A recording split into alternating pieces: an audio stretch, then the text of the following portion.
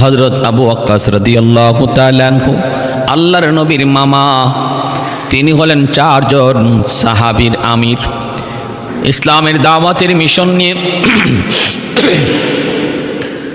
ভারতের বর্তমানে কেরালা, যার আগের নাম ছিল মালাবার, বর্তমানে যেই শহরের নাম হলো কেরালা, ওই কেরালাতে তারা প্রথমে এসেছেন।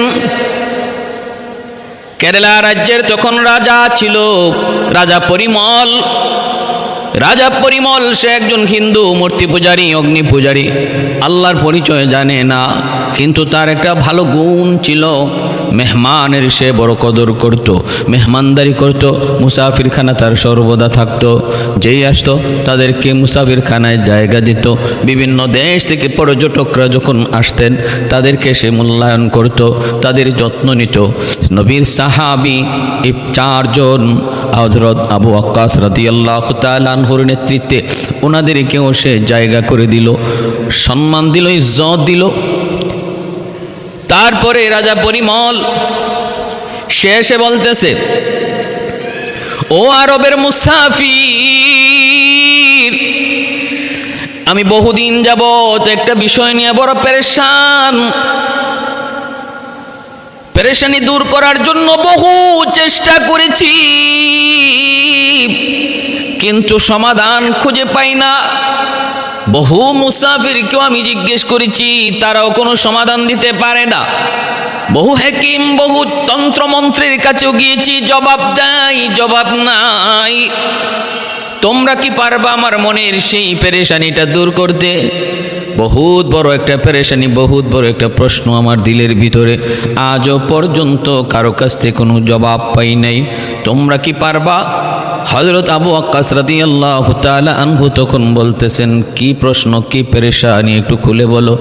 রাজা পরিমল তখন বলতেছে, তাহলে শোনো, আমি একদা পূর্ণিমার রাতে, চাঁদনি রাতে, আমি আমার স্ত্রীকে নিয়ে চাঁদের আলোতে গল্প করতেছিলাম। গল্প করতেছি দুজনে গল্পের ভিতরেই তাকায় দেখি আকাশের পূর্ণিমার চাঁদ। এই পূর্ণিমার চাঁদটা আমার চোখের সামনে হঠাৎ করে দ্বিখণ্ডিত হয়ে গেল। দ্বিখণ্ডিত হয়ে চাঁদ 2 দিকে চলে গেল। আমি অবাক হয়ে শুধু দেখলাম, অবাক অপলক নয়নে শুধু তাকিয়ে দেখলাম, কিন্তু এর কারণ আজও পর্যন্ত আমি জানতে পারি না। আমার সেদিনের তারিখ, ওই দিনের তারিখটা পর্যন্ত এখনো আমার মনে আছে। আমি বহু মানুষকে জিজ্ঞেস করেছি, তোমরা কি বলতে পারবা কেন চাঁদ দ্বিখণ্ডিত হয়েছিল? চাঁদ কেন দ্বিখণ্ডিত হয়েছিল? কেউ জবাব দিতে পারে না। তোমরা কি পারবা? হযরত আবু ওয়াক্কাস রাদিয়াল্লাহু তাআলা আনহু তখন বলেন, নবীর সুন্নতে হাসি মুচকি হেসে দিয়ে তিনি বলতেছেন, আমি শুধু ওই ঘটনা জানি তা না, সবিস্তারে সেটা জানি, এবং নিজের চোখে আমি তখন দেখেছি, ওই ঘটনায় আমি নিজে উপস্থিত ছিলাম। সুবহানাল্লাহ। রাজা পরিমল, কেরালা রাজ্যের রাজা, অবাক হয়ে গেল, চোখগুলা বড় বড় হয়ে গেল। ঘটনা কি কেউ যেখানে বলতে পারে না, আপনি কেমন করে এত সুন্দর জবাব দিবেন? জবাব দেওয়ার আগে আমার দিল খুশ হয়ে গেছে। প্রশ্নের জবাব শোনার আগে আমার দিল খুশ হয়ে গেছে। হযরত আবু ওয়াক্কাস রাদিয়াল্লাহু তাআলা আনহু বলেন, আমি ওই ঘটনার সময় স্বয়ং নিজে উপস্থিত ছিলাম। কি সেই ঘটনা? ওই ঘটনা হলো আমার নবী, রহমতের নবী, মায়ার নবী, মরুর দুলাল, রাহমাতুল লিল আলামিন, সাইয়্যিদুল মুরসালিন। আমার নবী, রহমতের নবীর কাছে বিভিন্ন দেশ থেকে মানুষ আসতে লাগলো। উনি যখন ইসলামের দাওয়াত দেওয়া শুরু করলেন, চতুর্দিকে নাম ছড়ায় পড়ল। কেউ দেখার জন্য, কেউ বুঝার জন্য, কাফেলা তারা মক্কায় আসতে লাগলো। একটা কাফেলা এসেছে, সবার আগেই তারা চাইলো আবু জাহেলের সাথে দেখা করবে, কারণ আবু জাহেল হলো তখন মক্কার নেতা। ওদের ধারণা হলো নেতার কাছে আগে যাই, তারপরে জিজ্ঞেস করি মুহাম্মদ কেমন, কোন ধরনের মানুষ। আবু জাহেল কি বলে একটু শুনি। কাফেলার লোকগুলি যখন আবু জাহেলের কাছে আসলো, আইসা বলতেছে, নেতা, আমরা তোমাকে বড় শ্রদ্ধা করি, সম্মান করি, তুমি কি বলতে পারবা মুহাম্মদ কেমন? আমরা মুহাম্মদের সাথে দেখা করতে এসেছি। আবু জাহেল মনে মনে কয়, আমি যদি এখন বলি মুহাম্মদ খারাপ, তাহলে আমার কথাটা খাইব না, আমার কথাটা চলবে না, আমার কথাটা অল্প সময় পরেই ব্যান্ড হয়ে যাবে। কারণ আমি বলবো খারাপ, 10 জন বলবে ভালো। কারণ মুহাম্মদ যে ভালো সেটা শুধু মুসলমান নয়, অমুসলিম কাফের যারা, তারাও নবীকে ব্যক্তি হিসাবে ভালো জানতো। কারণ নবী জীবনে কোনো দিন মিথ্যা বলেন নাই। আমার নবীকে আল আমিন উপাধিটা তো আবু জাহেল দিয়েছে। আবু জাহেল চিন্তায় পড়ে গেল, যার উপাধি আমি নিজে দিলাম আল আমিন, সেই মুহাম্মদকে আমি খারাপ বলি কেমন করে? আবার ওদেরকে ভালো যদি বলি তাও বিপদ। মুহাম্মদের কাছে যাইয়েই কালেমা পড়ে মুসলমান হয়ে যাবে। আবার যদি কিছু না বইলা পাঠায় দেই তাও বিপদ। মুহাম্মদের কাছে যাওয়ার পর তার আখলাক দেখে, তার আদর্শ দেখে ওরা কালেমা পড়ে মুসলমান হয়ে যাবে। কারণ এমন বহু মানুষকে আমি এমন নিষেধ করেছি, মুহাম্মদের কাছে যাও না, তারপরও তারা গেছে। কারণ মানুষ জাতির স্বভাব হলো আল ইনসানু হারিসুন ফিমা মুনিয়া, মানুষ জাতিকে যেই দিকে নিষেধ করা হয় ওই দিকে আরো বেশি যায়। বাবা যদি সন্তানকে বলে, বাবা ওদিকে যেও না, আমি সাপ দেখে এসেছি, ছেলের মনে যাবার জন্য আগ্রহ আরো বেড়ে যায়। কেমন সাপ একটু দেখে আসি, বিষাক্ত সাপ নাকি সাধারণ সাপ একটু দেখে আসি। হয়তো ওই রাস্তা দিয়ে সে যেতই না, কিন্তু বাবার নিষেধ পাওয়ার পর যাওয়ার জন্য আগ্রহ আরও বেড়ে যায়। এটা মানুষ জাতির স্বভাব। আবু জাহেল বলতেছে, মনে মনে ভাবে, আমি যদি এখন বলি যেও না, মুহাম্মদের কাছে গেলে পরে তোমাদের ক্ষতি হবে, তাহলে ওরা আমার কথাগুলি মানবে না। যদি বলি মুহাম্মদ পাগল, তাহলে ওরা বলবে পাগল, কেমন পাগল একটু দেখে আসি। সেখানে পাগল দেখতে যায় সব কালেমা পড়ে মুসলমান হয়ে যাবে। ইয়ামেন থেকে 10,000 কাফেলা এসেছিল নবীর সন্ধানে। রাস্তায় আবু জাহেলের সঙ্গে দেখা। আবু জাহেল কয়, সাবধান সাবধান, তোমরা মুহাম্মদের কাছে যেও না, কারণ মুহাম্মদ মস্ত বড় এক পাগল, মস্ত বড় জাদুকর। যেই তার কাছে যায় তার এই কালেমা পড়ে মুসলমান হয়ে যায়, তার জাদুতে আক্রান্ত হয়ে যায়। যেই তার কাছে যায় তার জাদুতে জাদুগ্রস্ত হয়ে যায়। না না, তোমরা যেও না। কিন্তু ইয়ামেনের 10,000 কাফেলা আবু জাহেলকে বিদায় দেওয়ার পর এরা একজন আরেকজনকে বলতেছে, কি রে, এটা কেমন পাগল, যেই পাগলের কাছে গেলে পরে নিজেও পাগল হয়ে যেতে হয়, এই পাগল না দেখে পারি যাওয়া যাবে না। আগ্রহ আল্লাহ আরো বাড়ায় দিছেন, হিতে বিপরীত হয়ে গেল। পাগল কয়ে চাইছিল ফিরায় রাখতে, বিরত রাখতে, দূরে সরাইতে, আল্লাহ আরো কাছে টেনে দিলেন। তার মানে মানুষের চিন্তা চেতনা যুক্তি বুদ্ধি যেখানে শেষ, সেখান থেকে আল্লাহর কুদরতের খেলা শুরু হয়, মাত্র শুরু হয়। আবু জাহেলের সমস্ত প্ল্যানটারে তার পক্ষে না নিয়া তার প্ল্যানেই আল্লাহ তারে ধরলেন। আয়েশা তারা দেখে আমার নবী, রহমতের নবী, বাইতুল্লাহর ছায়ায় বসে বসে কোরআন তিলাওয়াত করেন। ওরা তাকায় তাকায় দেখতেছে, চেহারার দিকে তাকায় একজন আরেকজনকে বলতেছে, দোস্ত একটু দেখ না, দেখ, জীবনে কত পাগল তো দেখলাম, পাগলের চেহারা এত সুন্দর হয় না রে দোস্ত, একটু তাকে দেখ, চেহারার মধ্যে এত মায়া, এত আকর্ষণ, এত জাদু। পাগলের চেহারা দেখলেই বোঝা যায় পাগল, কিন্তু এই চেহারায় কই চেহারা পাগল নয়, চেহারায় বলতেছে সাধারণ কোনো মানুষ নয়, অসাধারণ কোনো মানুষ। এ কি বলতেছে শুন, একজন আরেকজনকে বলতেছে, কয় দেখ কি যেন পড়তেছে। মায়ার নবী পবিত্র কোরআনের সূরা তাহা তেলাওয়াত করতেছেন। তাহা মা আনজালনা আলাইকাল কুরআনা লিতাশকা। পবিত্র কোরআনের সূরা তাহা নবী তেলাওয়াত করেন। তিলাওয়াতের ভাষা, তিলাওয়াতের ছন্দ শোনার পর একজন আরেকজনকে বলতেছে, দোস্ত দেখ না, শুন না, জীবনে কত কবির কবিতা শুনলাম, কিন্তু কোনো কবির কবিতা এত সুন্দর কোনোদিন শুনি নাই। জীবনে কত জাদুকরের জাদু দেখলাম, এত সুন্দর জাদু, এত সুন্দর আকর্ষণ কোনো কিছুতে পাই নাই।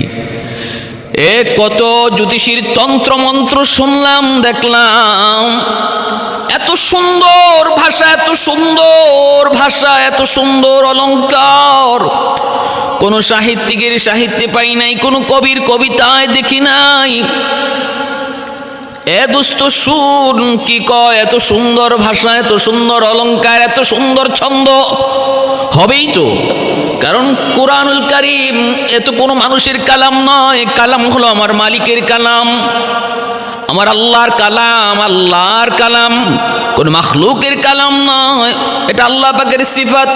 কোরআন মাখলুক নয়, কোরআন হলো আল্লাহর সিফাত। ভাইরা বন্ধুরা, জন্য আল্লাহ যত সুন্দর, তার কালাম তত সুন্দর। দুনিয়ার কোনো মানুষের কালাম এত সুন্দর হতে পারে না, দুনিয়ার কোনো কবি, কোনো সাহিত্যিক এত সুন্দর আল্লাহর কালামের মতো কোনো সূরাত নয়, বরং একটা লাইন আবিষ্কার করতে পারে নাই, পারবেও না। ভাইরা বন্ধুরা, কত সুন্দর করে আল্লাহ পাক রব্বুল আলামিন যেখানে তার ভাষা, যেই ছন্দে তার বলার সেখানেই বলছেন, সেখানে সেই ছন্দেই বলেছেন। আর রহমান আল্লামাল কুরআন খালাকাল ইনসান আল্লামাহুল বায়ান আশ-শামসু ওয়াল কামারু বিহুসবান ওয়ান নাজমু ওয়াশ-শাজারু ইয়াসজুদান ওয়াস-সামাআ রাফাআহা ওয়া ওয়াদাআল মিজান আল্লাহ তাতগাউ ফিল মিজান ওয়া আকিমুল ওয়াজনা বিল কিসতি ওয়া লা তুখসিরুল মিজান। ছন্দের উপরে ছন্দ, কত সুন্দর করে আল্লাহর কালামের ছন্দমালা।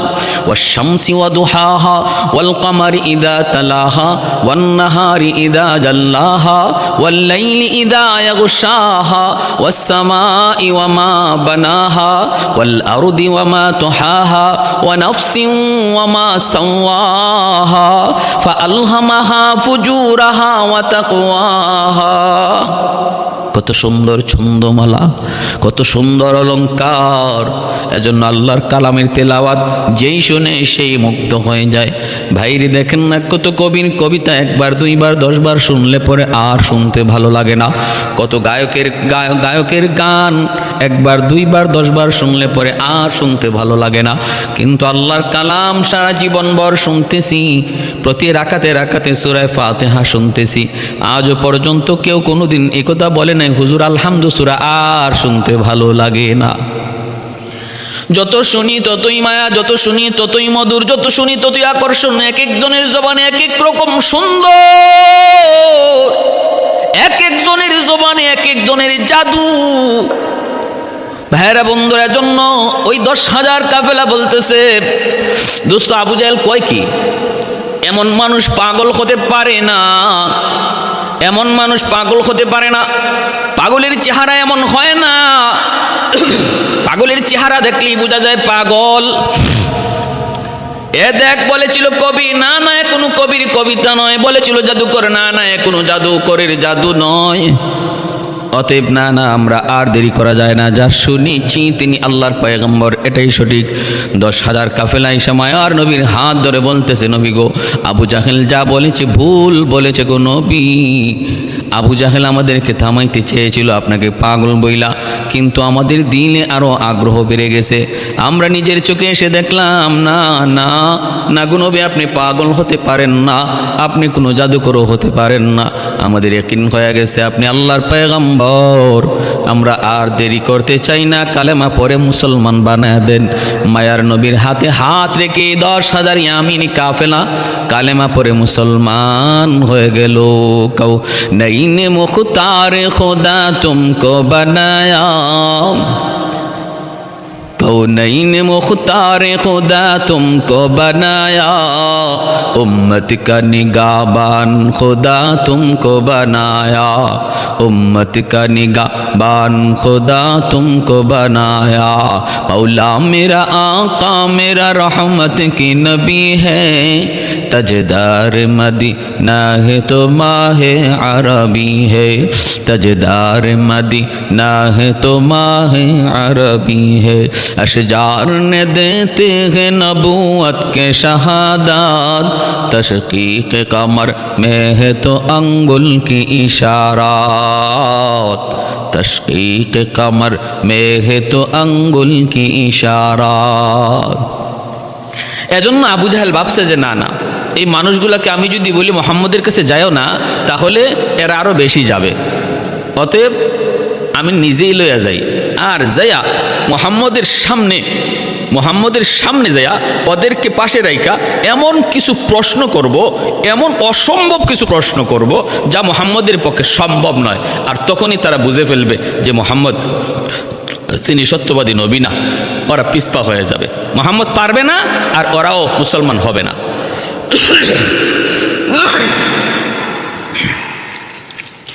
ভাইয়েরা আমার, এই প্ল্যান নিয়ে আবু জাহেল মায়ার নবীর দরবারে হাজির। আল্লাহর নবীর কাছে এসে হাজির হয়ে বলতেছে, মুহাম্মদ তুমি নাকি নবী?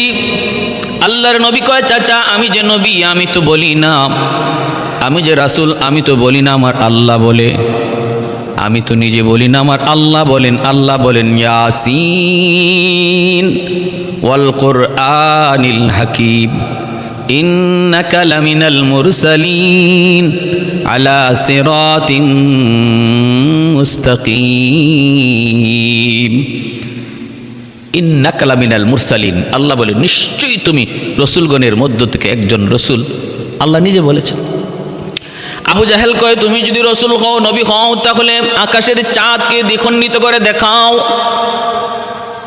নবী যদি হও তাহলে তোমার পক্ষে সেটা সম্ভব।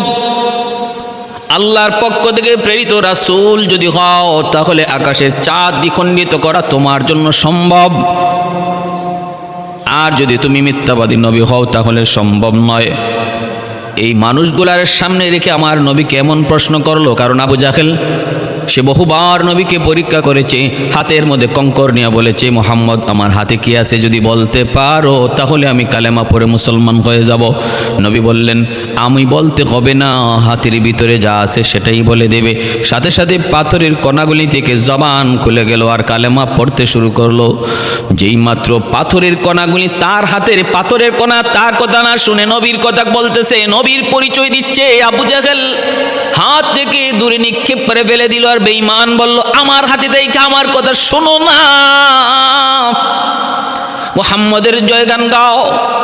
ও মুহাম্মদ তুমি এত বড় জাদুকর, আগে জানি না।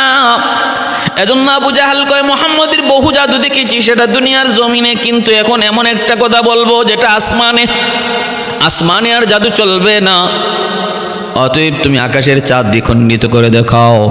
মায়ার নবী তিনি বলতেছেন, চাচা আমি তো জাদু দেখাই না, জাদু করি না, কারণ এগুলা আমি করি না, করেন আমার আল্লাহ।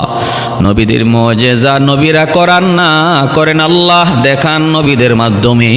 ওলিদের কারামত ওলিরা নিজে দেখায় না, দেখান আল্লাহ, ব্যবহার করেন একজন ওলিকে। মুজিজা নবীরা দেখায় না, দেখান আল্লাহ, ব্যবহার করেন একজন নবীকে। ভাইরা বন্ধুরা, এ হলো আকীদা, এ হলো বিশ্বাস, আহলে সুন্নাহ ওয়াল জামাতের আকীদা। এজন্য সাবধান, কোনো মানুষ এটা নিজের থেকে করে যদি ভাবে তাহলে ঈমান থাকবে না। আল্লাহর নবী রহমতের নবী কয়, মালিক,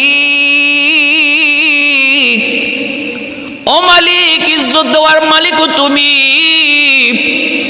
আমি তো কিছুই নিজের থেকে করি না, সব তুমি করাও। আল্লাহ আকাশের চাঁদ দ্বিখণ্ডিত করে দেখাও, নতুবা এখন আমার ইজ্জত যায়, সম্মান যায়। তোমার সত্যবাদী নবী তাদের কাছে মিথ্যাবাদী হয়ে যায়, মিথ্যা প্রমাণিত হয়ে যায়। আল্লাহ পাক কয়, বন্ধু তুমি তোমার শাহাদত আঙ্গুলি চাঁদের দিকে ইশারা করো। আঙ্গুল ইশারা করা তোমার কাম, চাঁদকে দ্বিখণ্ডিত করে দেওয়া আমি আল্লাহর কাম। মায়ার নবী যেই মাত্র শাহাদত আঙ্গুল দিয়ে ইশারা করলেন, সাথে সাথে আল্লাহ চাঁদ দ্বিখণ্ডিত করে দেখাইলেন। দুই দিকে চলে গেল।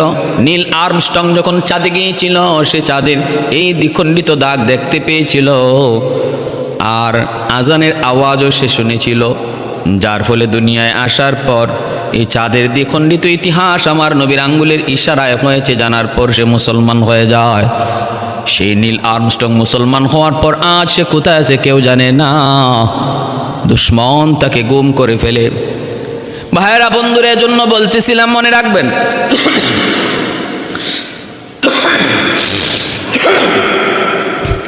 আল্লাহর নবী রহমতের নবীর ইশারায় চাঁদ দ্বিখণ্ডিত হলো। নবীর সাহাবী হযরত আবু ওয়াক্কাস রাদিয়াল্লাহু তাআলা আনহু তখন বলতেছেন, ওই ভারতের কেরালা রাজ্যের রাজা পরিমলকে বলেন, ওই সময়ে চাঁদের দ্বিখণ্ডিত হওয়া নবীর হাতের ইশারায় ওই ঘটনায় আমি নিজেও সেখানে উপস্থিত ছিলাম। তখন ওই পরিমল বলতেছে, তোমার কি মনে আছে সেই দিনটা কত তারিখে, কোন দিন? সাহাবী যখন দিন তারিখ বলে দিলেন, সাথে সাথে পরিমল কালেমা পড়ে মুসলমান হয়ে গেল আর বলল, নিশ্চিত ওই তারিখে, ওই দিন, ওই রাতেই আমি এই ঘটনা দেখেছি। अल्लाह अकबर। अशजार ने देते हैं नबूवत के शहादत, तशकीक कमर में है तो अंगुल की इशारात, तशकीक कमर में है तो अंगुल की इशारात। एरपर ওই রাজা পরিমল সে ওনাদের যথাসাধ্য মেহমানদারি করলো আর সে নবীর ঠিকানা লইয়া, আমার নবীর মায়ার নবীর ঠিকানা লইয়া সে ভারতের কেরালা থেকে মক্কার উদ্দেশ্যে রওনা দিল। এই ইসলামী বিশ্বকোষের মধ্যে লিখেন, সে মায়ার নবীর সাথে দেখাও করলো, নবীর হাতে হাত রেখে বায়াত নিল এবং বেশ কিছুদিন আল্লাহর নবীর খেদমতে ছিল মুসলমান হওয়ার পর। তারপরে সে আবার ভারত আসার পথে সে মারা গেল। এই দিকে চারজন সাহাবী তারা বাংলাদেশে এসেছেন ভারতের কেরালা থেকে, ইসলামী বিশ্বকোষে এসেছে, চিটাগাং এসেছেন। সে চিটাগাংয়ে তারা কিছুদিন অবস্থান করেছেন। সেখান থেকে তারা আবার ভারতে গেছেন, ভারত থেকে আবার চীন গেছেন। চীনের জুয়াংজু শহর, এই শহরে নবীর একজন সাহাবীর কবর রয়েছে। আর এর পাশেই আরেকটা শহর, যেই শহরের একটা মসজিদের নাম মসজিদে সাহাবা, একটা কুয়ার নাম বীরে সাহাবা। এই কুয়ার পাশেই চিরনিদ্রায় শুয়ে আছেন নবীর মামা, এই চারজনের আমির হযরত আবু ওয়াক্কাস রাদিয়াল্লাহু তাআলা আনহু। বাড়ি মক্কায়, কিন্তু কবর রচিত হয়েছে চীনের জুয়াংজু শহরের পাশে। বিবি বাচ্চা সব রেখে এ দাওয়াতের মিশন নিয়ে সাহাবায়ে কেরাম এইভাবে নিজেদের কবর বিবি বাচ্চার কাছ থেকে হাজার হাজার মাইল দূরে রচনা করে রেখেছেন। আর হাজিরিন, এজন্য সাহাবায়ে কেরামের অবদান, সাহাবায়ে কেরামের ঐতিহ্য, এই দ্বীন ইসলাম আমরা পাওয়া, আমাদের পর্যন্ত ইসলাম আসা, এর পিছনে কি পরিমাণ ত্যাগ আর নবীর এক একজন সাহাবীর রয়েছে, সেই ইতিহাস যখন আমরা পড়াই, পশমগুলি খাড়ায় যায়, লোম দাঁড়িয়ে যায়, বুঝাইতে পারি না যে কি পরিমাণ ত্যাগ, কি পরিমাণ কুরবানি তারা করেছেন। আজ যদি আমার কারণে এই দ্বীনের কোনো ক্ষতি হয়, আজ যদি আমার কারণে এই দ্বীনের কোনো ক্ষতি হয়, হে যুবক, যদি তোমার কারণে এই দ্বীনের কোনো ক্ষতি হয়, তাহলে কিয়ামতের মাঠে নবীর এক একজন সাহাবীর সামনে তোমাকে জবাব দিতে হবে। যারা এই দ্বীনের জন্য নিজের কলিজার টুকরা সন্তান, বিবি বাচ্চা সবাইকে ত্যাগ করেছেন শুধু এই দ্বীনের জন্য।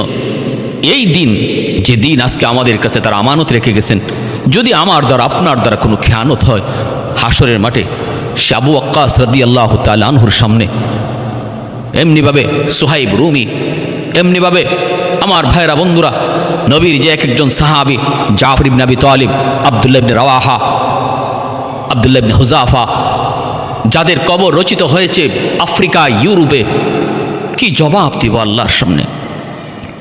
মুহাম্মাদুর রাসূলুল্লাহ والذين معه أشداء على الكفار رحماء بينهم تراهم ركعا سجدا يبتغون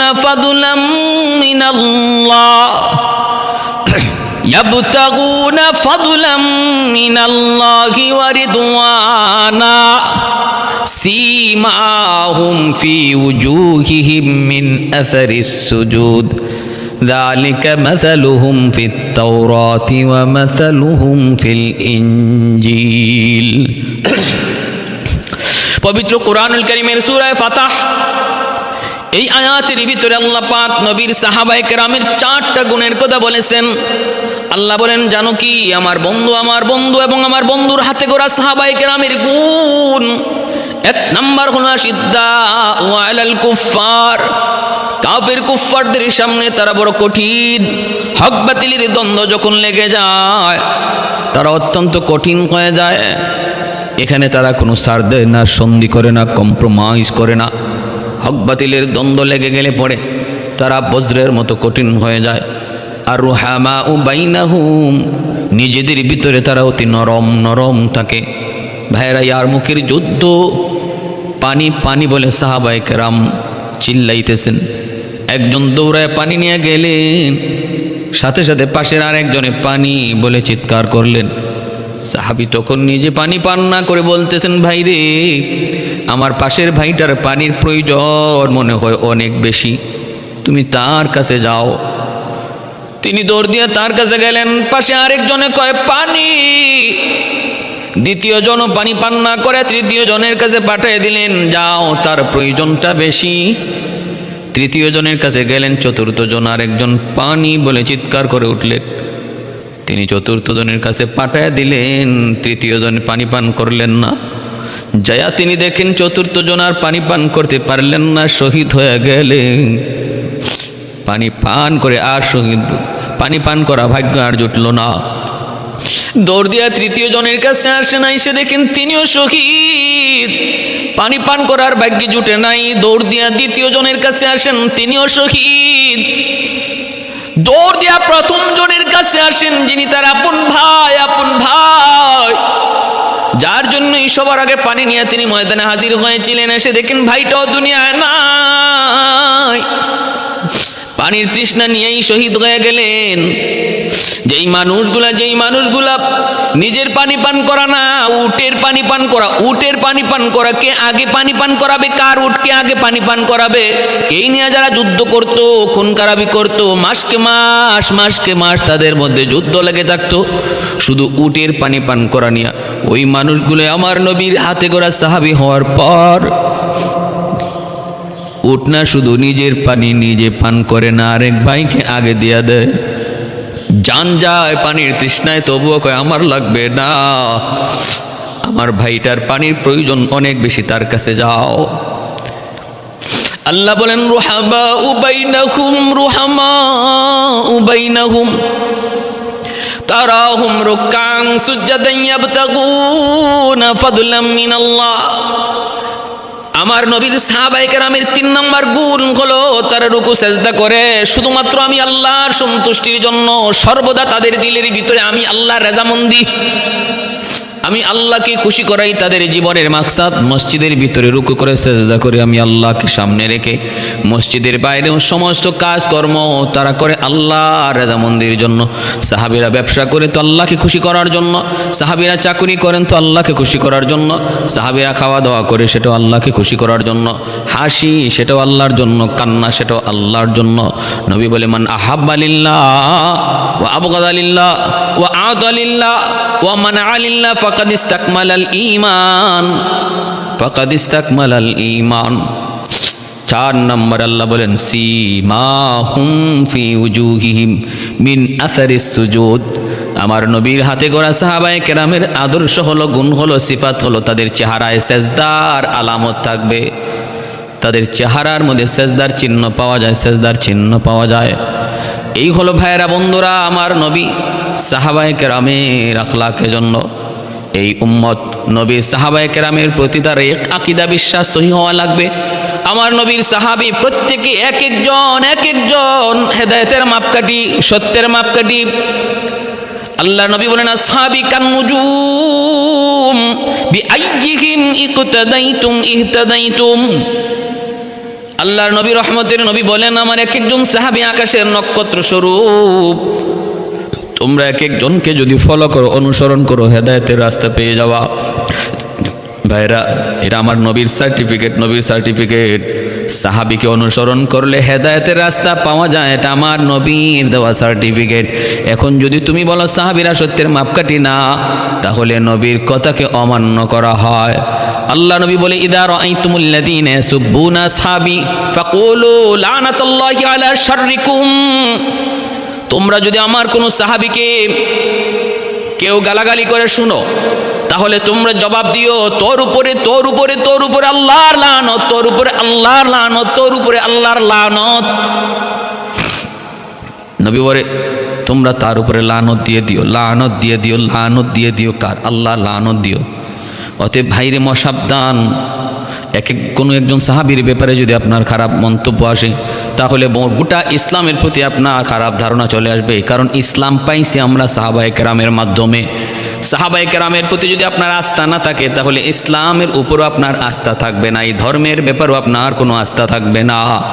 কারণ তারা হলেন মাধ্যম, যার মাধ্যমে পাইলাম তার উপরে যদি বিশ্বাস না থাকে, তাহলে যে জিনিসটা পাইছি এটা অরিজিনাল না নকল, এই ব্যাপারেও সন্দেহ থাকবে। ইসলাম এটা অরিজিনাল ইসলাম না নকল ইসলাম, এটার ব্যাপারেও সন্দেহ থাকবে। কিসের মুসলমান? আমি মুসলমান অরিজিনাল মুসলমান না নকল মুসলমান, এটাই আমি বলতে পারবো না যদি একজন সাহাবীর ব্যাপারে বা সাহাবায়ে কেরামের উপরে আপনার কোনো ভুল ধারণা থাকে। সাবধান।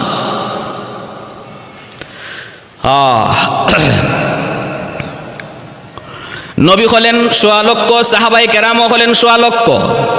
আল্লাহ মিল রাখছেন কিভাবে? নবী হলেন ১৬ লক্ষ, সাহাবায়ে কেরাম হলেন ১৬ লক্ষ। সাহাবায়ে কেরামের ভিতরে, নবীদের ভিতরে ৪ জন নবী, তারা উৎকৃষ্ট, যাদের কাছে আসমানি কিতাব নাজিল হয়েছে। আমার নবী রহমতের নবী, মায়ার নবীর উপরে কোরআন, ঈসা আলাইহিস ইসলামের উপরে ইনজিল, মূসা আলাইহিস ইসলামের উপরে তাওরাত, দাউদ আলাইহিস ইসলামের উপরে জাবুর। এই কোন আসমানি 4টা বড় বড় কিতাব ৪ জন নবীর উপরে আল্লাহ পাক নাজিল করেছেন।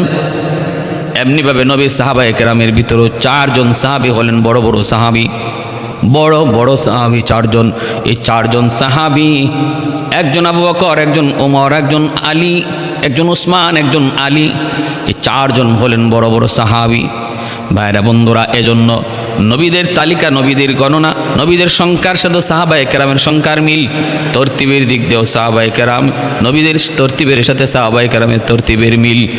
আল্লাহর নবী বলেন, রূহ জগতে নবীগণের পর যেই রূহগুলাকে আল্লাহ পাক সবচেয়ে বেশি চমকাইতে দেখছেন, সবচেয়ে বেশি চমকাইতে দেখছেন, ওই রূহগুলাকে আল্লাহ পাক তার নবীর সাহাবী হওয়ার তৌফিক দান করেছেন।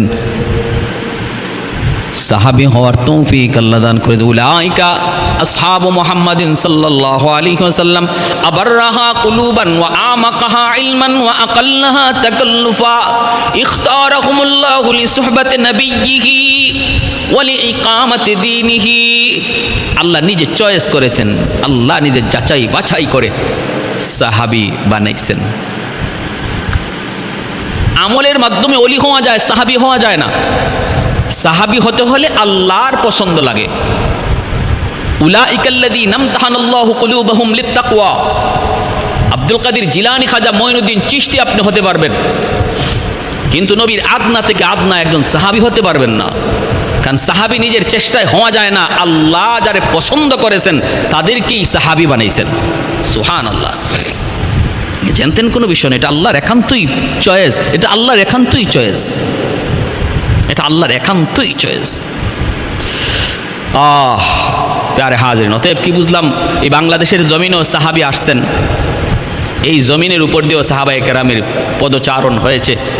কি পরিমাণ ত্যাগ ছিল ইসলামের জন্য, কি পরিমাণ কোরবানি ছিল ইসলামের জন্য সাহাবায়ে কেরামের। এজন্য আসুন আমরা প্রত্যেকে সাহাবায়ে কেরামের জীবন বেশি বেশি আলোচনা করি, বেশি বেশি পড়ালেখা করি, আর তাদের মতো নিজের জীবনকে গড়ার চেষ্টা করি। তাদের যে গুণাবলী সর্বদা এই গুণ নিজের মধ্যে আনার চেষ্টা করি। নিজেদের ভিতরে কখনো দ্বন্দ্ব নয়, মুসলমানের কোনো মারামারি নয়।